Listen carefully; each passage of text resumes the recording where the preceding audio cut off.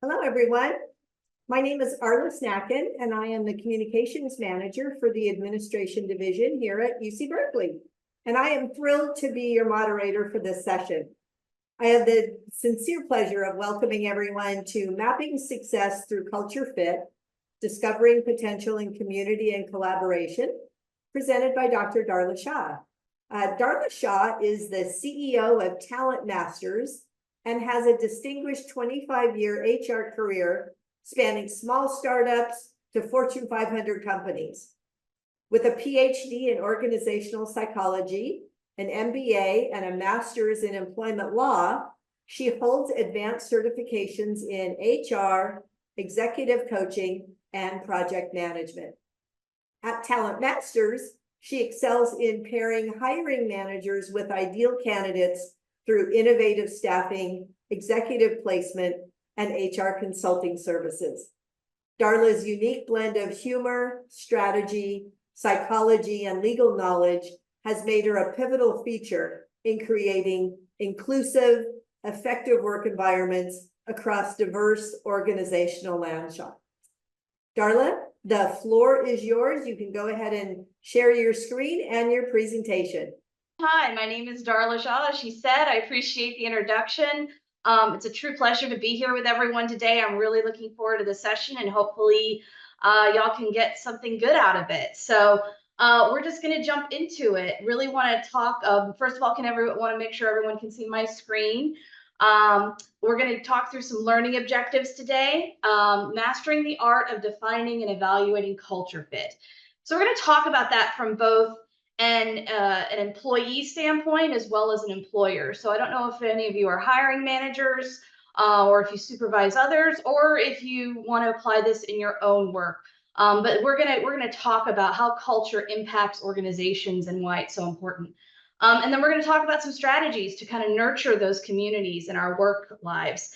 And then talk about some continuous improvement and tools that we can use to make sure that we're building those collaborative communities and coming to work as our best selves.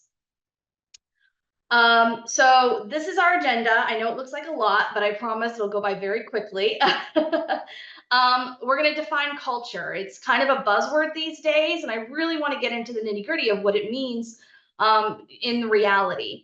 We're going to get into my little psychology brain and talk about where cultures and communities actually come from. And then we're going to talk about why they tend to go wrong at times. And that is, that happens across many organizations. And sometimes it happens at the micro level within specific departments, not necessarily an entire organization. We're going to talk about archetypes. So these are work style archetypes that cultures tend to create, whether knowingly or unknowingly. And we each have our own work style. So it's important to know how we work and where we might fit in. And then I'm going to talk a little bit more about detox, detoxing that culture, bringing in true belonging and inclusion. It's basically okay, we talked about what's wrong. Now let's talk about how we fix it. And then we'll have a little bit of time for questions and feedback. So I'm going to open it up and unmute us for a little bit and ask, what is culture? When you hear that word, work culture, what does it mean to you? Can anyone give me a definition? Don't cheat and look at the dictionary. Just give me your definition of when someone says, what's your culture like? What do you instantly think of?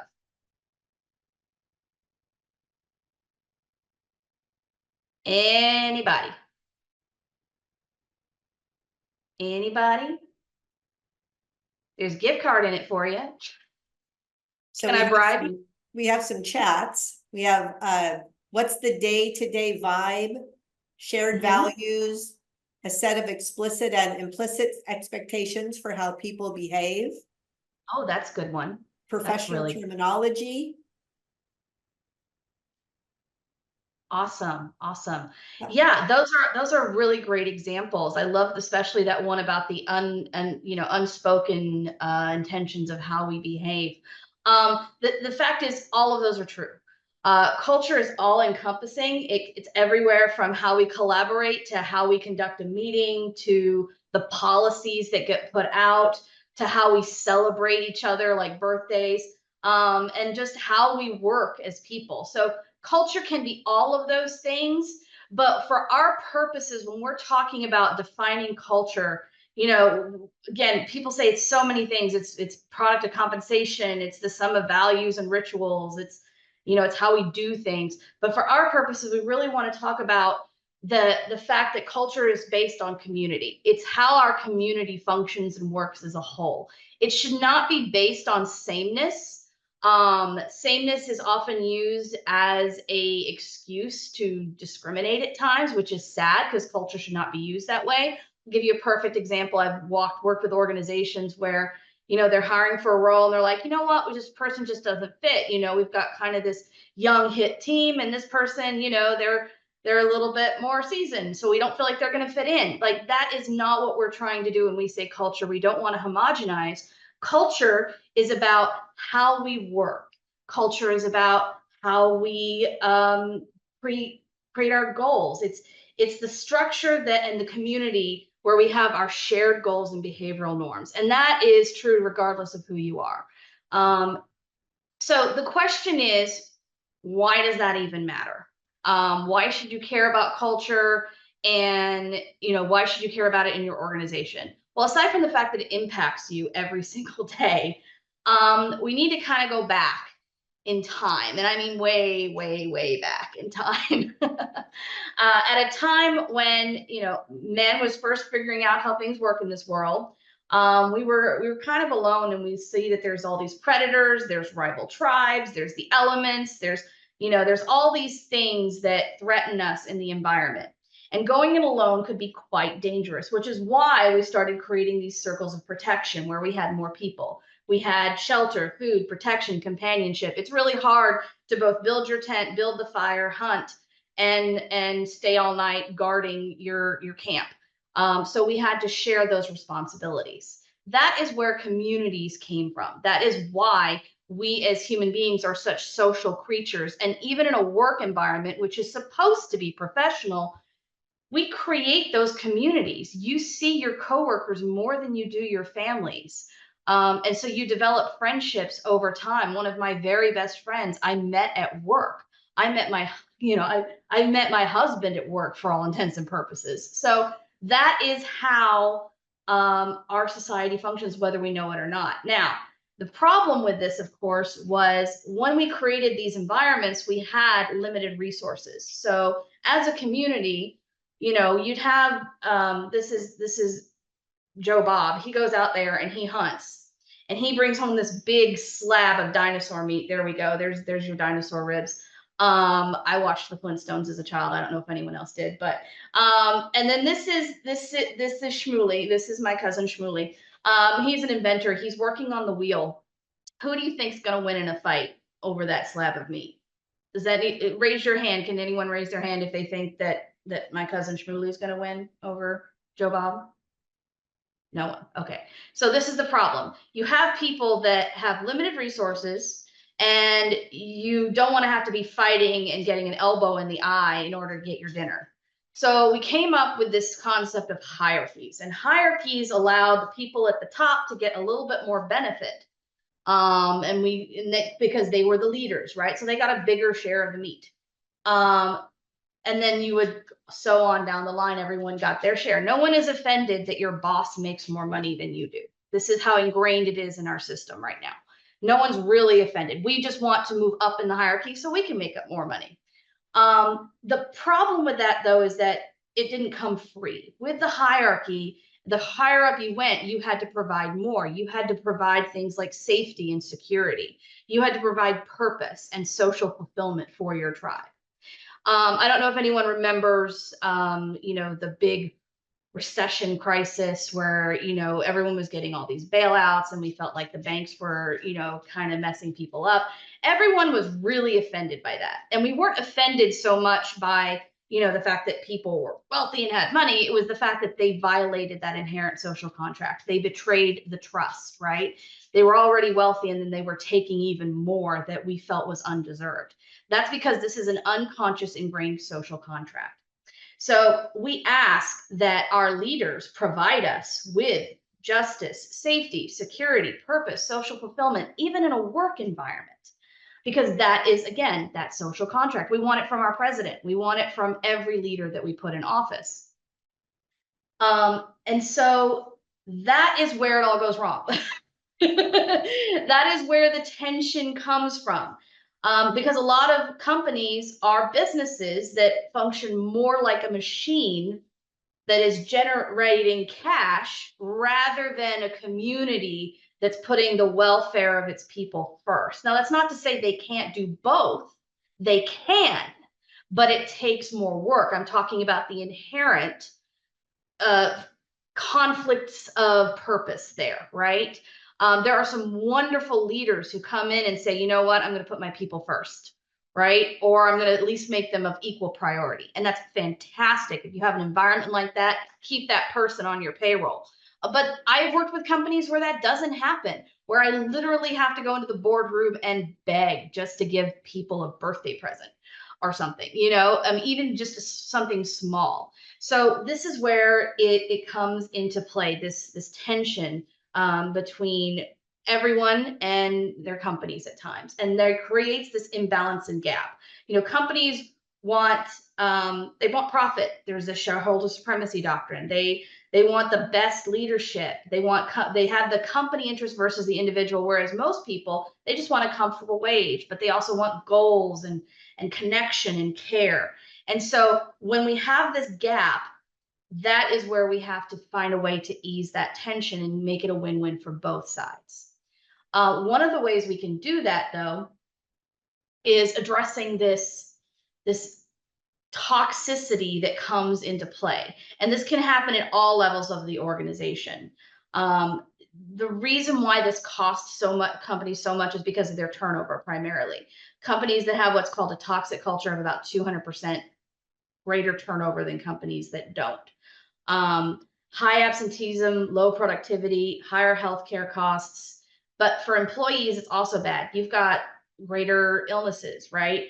They have something what's called corporate PTSD. I don't know if anyone's ever worked in an environment where you feel micromanaged to death and you just get home and you're so exhausted and you feel like you're kind of traumatized. That's called corporate PTSD, also called burnout. So this can really impact people. So the next question is, what is toxic? Can anyone, and I hope you don't mind if we unmute again, or feel free to throw it in the chat. What is a toxic work environment to you? Let's talk about that. What does it mean to be toxic? You should be able to unmute yourself. Could you test that, folks? Yay, we can unmute ourselves. Yay! For me, a toxic environment is created around a sense of sameness from one group that is not extended to another group. Sense of I call it minionization, especially in hierarchical scenarios where you do the job because you're the minion who has to do these things. Yeah, that's a great example. I touched on the concept of sameness earlier, and that can absolutely create a work environment that's toxic, especially if you have a diverse group of people with their own creativity and their own ideas, and then you try and put them in an environment where they can't express that or come to work as their true selves. They have to hide it. That can be mentally and emotionally exhausting. Anyone else? Julia mentions in chat a culture with low psychological safety, a mismatch between words and actions from highest leadership. That's a great example as well. You'll notice both of these examples are social. No one is sitting here going, well, the pay sucks. I mean, that's a problem, but that's not the first thing we think of necessarily. There are people who work in positions where the pay is not the greatest, but the environment is so amazing and so welcoming, and they're so fulfilled that they're fine with that. I think we should expect obviously a fair wage, but obviously when we think of toxic workplace cultures, We're talking about places where we don't feel like we can show up to work as ourselves, where we don't feel safe, where we don't have this sense of belonging and inclusion, but we also don't feel as if we can do our best work, and we don't feel fulfilled that way. So great examples, both of you. Really appreciate that feedback. A lot of times when companies know there's a problem, and they know there's a problem again because of the turnover, and they know there's a problem because of the complaints, and they know there's all these issues, they try and fix it. And then they throw these things out. They're like, well, let's just throw some more parties, or let's give out some more gift cards, or let's do some more public recognition in chat, or let's give a few more raises and bonuses. To my point earlier, when you mentioned the things that make workplace toxic, you didn't say they didn't give me enough gift cards. It was, I didn't feel safe. I felt there was sameness. I didn't have psychological safety. So these are things that don't fix it. They can create a Band-Aid, right? A lot of times we will stay in a place where we're unhappy because the pay is great and we don't have anything else better at the moment. But that's a temporary fix. That does not fix what is truly wrong with the organization. So when we talk about fixing it, we have to dig deeper, and we have to find out, why is this an issue? And the roots of the issue break down to mostly three things: how people work, which is your styles and your behaviors, which we're going to dig into in just a minute. How you work is very important. I am a creative person, and I need my freedom. And if I had someone standing over me as a micromanager, it would drive me crazy. However, there are some people who need very structured environments, and they cannot stand chaos. And if they don't have a checklist, they are going to make one. And so they need structure. So everyone is different. How people lead, this is where we get into, how work is handled, how goals are set. How inspired are you to follow that person? Do they make you feel like you would, march up a mountain for them because they look out for you? Or do you dread coming to work and having to face your boss every day? And then the third one is a lot of what we already touched on: how people feel valued and heard. It's important that you're feeling valued not only for your contributions to the company, but who you are as a person. And are your thoughts heard? Is your opinion heard? Are you part of this group, this dynamic community that solves problems together? Or are you just a little worker bee who does what you're told and is expected to shut up and be quiet? And so these three things are the true roots of any culture issue that I have ever encountered. And when you address these roots, you can really dig into the problem. So let's talk first about the work style piece, because that's the easiest one. Work styles, there's so many different ways that people try to measure this. They have predictive index, which is more of like your personality and what you tend to go towards from a creative or analytical standpoint. I, being an organizational psychologist, have my own that we call the 5 archetypes. And I've used this at many different companies. And when they hire to this, and when individuals themselves find out how they best work, they're able to align themselves better within their groups. So understand, an organization could have one overarching type, and then even department levels can have different ones. So you have these 5 different work types. I'll summarize them briefly and we'll dig into them each. There's creative cloud, which is me. That's those creative people that, can't stand too much structure or we go crazy. There's your steadfast traditional people. Those are the ones who love your checklists. Your harmony balance. These are your people who are all about the community. They're all about other people. They're all about the cause. Then you have your blazing performers. Those are all about the next goal, the next performance evaluation, the next raise. They respond really much to that hit of dopamine and those goals that you gave them. And then the last one is flow innovation. These are the people that love to change and invent and come up with new things, and they do very well in changing environments. Each of these has a plus and minus. So if you look at steadfast traditional, which again, it could be any company, or it could be even your own department. You might have a different culture overarching, but maybe you have one boss who's run his department that way. or her way. Usually large or well-established companies tend to take this route. There's a lot of processes because there's so many people. There's deep-rooted traditions and norms usually. So it's kind of you come in and you adapt to them and not the other way around. And usually there's a low risk tolerance. And by that, I mean, there's not that there isn't any risk, but you've ever worked with those companies where you want to change something, but you've got to go through 20 different levels of approval. That is a steadfast traditional culture.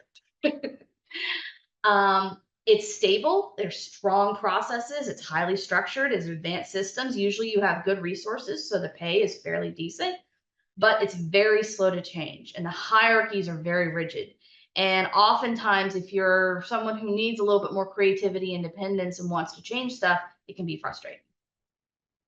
So the next one, as I said, is blazing performance. These are they're high growth, usually well established, but they're also very much about the KPIs and the goals and making sure everyone is performing at their highest level.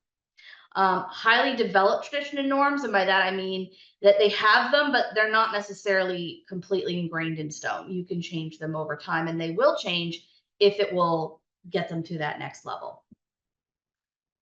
Medium risk tolerance, as I said, they're open to change, but they do take their time, and it has to be beneficial to the company. It's kind of like, what's in it for me, the ROI. And you might fit into this if you're the type of person that just needs to have a goal. You need to have, you're all about the next raise, the next bonus, and that achievement high that you get whenever you accomplish something. And then, as I said, flow innovation. This is people who love to wear multiple hats. A lot of times these are smaller, medium companies that don't have a lot of resources. And so they're trying to figure out what's work. And so they're constantly in a change of flux. They evolve their traditions and norms. They kind of change and adapt with the water, which is great. But the problem is sometimes there's lower compensation, there's poor direction. You might fit into this company if you like adapting to change and you want to grow in an environment. And then Creative Cloud, which is mine. Those are usually startups, growth, or highly agile company. We are all about, we're high risk tolerance. Sure, I love to gamble. Our traditions and norms are fluid, so they tend to be very diverse organizations who are very proactive in that arena. But sometimes there's poor, underdeveloped processes. I will admit it, in my own company, we have a little chaos now and then. But there's some people here who thrive on that, like me. So we all do very well in that environment. Sometimes there's too many chefs in the kitchen and we have to boot one out. We're like, no, you're taking charge of it today. So again, pluses and minuses for everyone. And then the last one is harmony balance. It's usually a nonprofit or mission based, but sometimes it's not, sometimes it's an educational institution or something. It's all about the people and the mission and the vision and the goals, or less the goals, but more the vision. And this is where everyone cares so much about the community that sometimes they don't care so much about the money, and sometimes they don't care so much about the goal. And if we met it, it's all about the results with people. So I'm going to unmute really quick, and I'm going to ask y'all a question. Where do you think you are in your department, in your company? Of these, like off the top of your head, if you had to name one, where do you think you're falling right now? I just need a couple of shout outs. I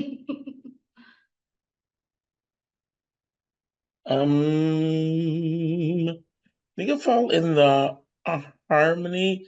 I'm kind of a mixed bag of a few things. I'm the creative cloud. So I'm always looking for ways to make the processes easier for my students and for the faculty that I work with. So I'm always thinking, what's the next thing? I'm on the climate committee to make sure that the folks in the committee are on the department feel good about themselves. So I kind of play a type A mixed bag of a lot of things. That's awesome. I'm glad you mentioned that. You can be more than one. Usually you have what I call a primary and a backup. So I am Creative Cloud primarily, but my backup is Blazing Performer. So I love goals. I love achievement. I'm a little bit competitive, etc. but I'm also the creative type. So that's a great call out. Thank you. You can be more than one. We have a couple of chats who are kind of straddling the fence on a couple. Betsy's Harmony Balance Institution plus Creative Cloud Personal. Erin says Steadfast Traditional plus a dash of flow innovation. I love that. And Dana offers Steadfast Traditional, but trying to be more harmony balance influenced. That's amazing. That's amazing. So this is what I wanted. I wanted you all to be thinking about this, because understanding where you lean can help you understand how to make your environment work for you and how to have better conversations, you know, with your peers and with your supervisors and with your students. Because everyone is different. Everyone has a different way of learning and doing things. And it's hard to get a mix of all of these things because we, again, just naturally, we tend towards one or two of these tops. You can't have all five at once. So even if you have someone who's in a steadfast traditional and a creative cloud, it just means you have to work harder to give them that little more structure, right? If you want to, I will give you all a link to the test that you can take. It's free, and you can find out for sure where you stand. So let's talk about the next piece, which is the detox process. So once you understand where you're from and what you do and you know who you are, we got to talk about, okay, how do we detox a culture that's already got some toxic elements? And maybe it's not, you know, every aspect, but there are probably some things in your work environment or culture that you're like, we probably need to fix that. You have to start at the top and push from the bottom. That's the only way to do this. It has to come from both sides because all of the people are in the middle like a sandwich. At the top, if you really want to change an organization in a meaningful way, you have to get your leaders on board. And most leaders, in my experience, they care about two things. The WIFM, well, actually, it's just one thing. It's the WIFM. It's what's in it for me, the ROI. Whenever I'm talking to someone from finance or a CEO or something like that, their big question is, how much is this going to cost me? And half the time I say nothing, just 5 minutes of your time in a meeting supporting this cause. Just 5 minutes of your time signing a letter stating that this is how we're going to treat people with respect, right? Like, it doesn't take much to give your support and your voice. You can go to more formal programs if you want, but oftentimes you just need someone to be an executive sponsor. And then pushing from the bottom, you know, a lot of the best culture change I've ever seen, the culture revolutions I've seen, happen from people getting together and talking about how are we going to create a better working environment? How are we going to create an environment where we are living our values every day? And getting key decision makers from every department on board and working together to create those processes and those systems that reinforce that. Asking the people. So I hate surveys. I'm just to be honest with you. I don't know how your HR department works, but every company I've ever been in, they send out these surveys. And guess what? Half the time people don't answer them, and the other half the time that people do, they're either too nice or they're just using it to vent.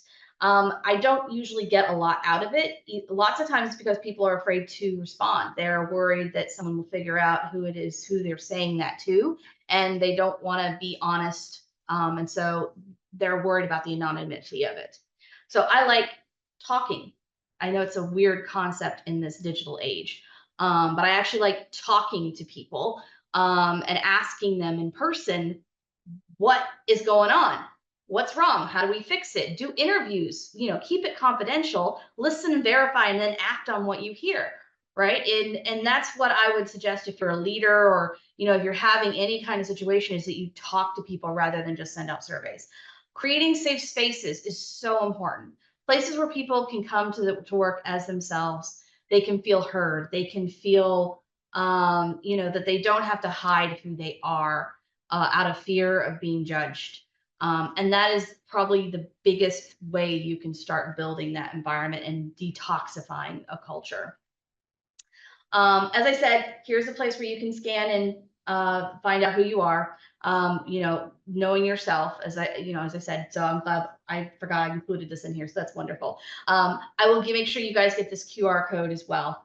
But finding your tribe is all about the next piece of that culture. So whenever you know that detox process, when you know where you fit, if you're in an environment that doesn't suit you, you can work to make that environment work for you. Work with people who, say, look, this is really Steadfast Traditional and I'm a creative cloud.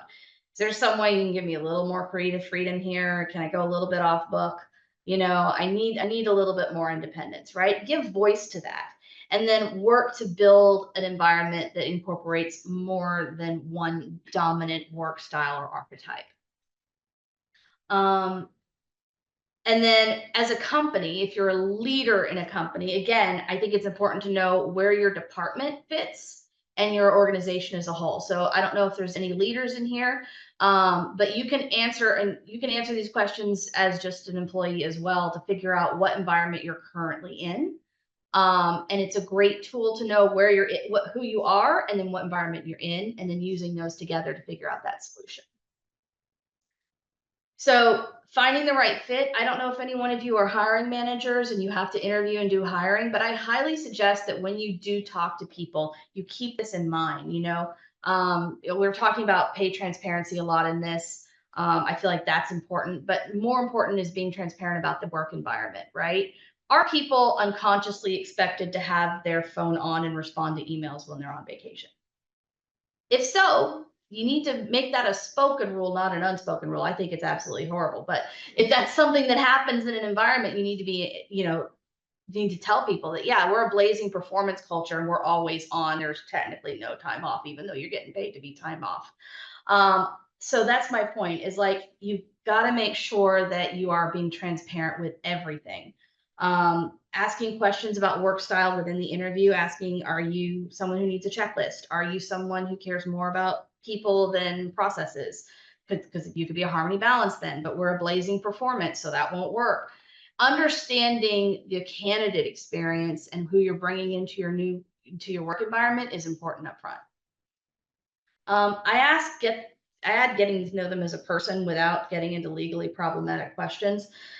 Meaning you can't obviously ask anything about their personal life, but you can ask them, tell me something that's not on your resume. You want to know who they are as people. And I would encourage you to do that with your coworkers as well, because that can only help you strengthen that community and that relationship, because we're not just who we show up as at work. I don't know about you, but I do not wear this every day. I show up in pajamas half the time and keep my camera off. I'm just being 100% transparent because I work from home. And so I like sharing that. Why? Because I'm a human being, right? I don't always dress like this. You need to know who we are as people, because that's how we appreciate each other better. So retention, again, a lot of this is geared towards the employer side as leaders. And I think if you're a teacher, definitely a leader. And if whatever your role is, you can be a leader within your organization. I highly encourage companies to have growth plans, have feedback forums, have a why. That's really important. The purpose. Why are you getting up out of bed every morning? Why are you coming to work? Is it just the paycheck, or is there something more? And that's important for everyone to define for themselves. But I think also the company that you work for, UC should hopefully define that for you as well. Be like, here's our vision. This is what we do, why we do what we do, right? And then the creation of inclusive communities, as we said, places where there's psychological safety and you don't have to come to work and pretend to be something you're not. I'd like to open it up now a little bit to questions and chat about, any culture issues that you feel like you have a struggle with, and talking about how we can detox those and analyze those and figure those out. And it doesn't have to be where you're currently at. It can be in the past, right? Like what's your company toxic horror story? I really appreciate all of the questions. I think they were very insightful. And just so you know, feel free to reach out to me if you have any others. I'm just going to put my email, Darla@talentmasters.com. feel free to reach out to me. I'm happy to answer more questions offline, and to help out in any way. You know, if your particular department has issues with culture or hiring or anything like that, I'm here.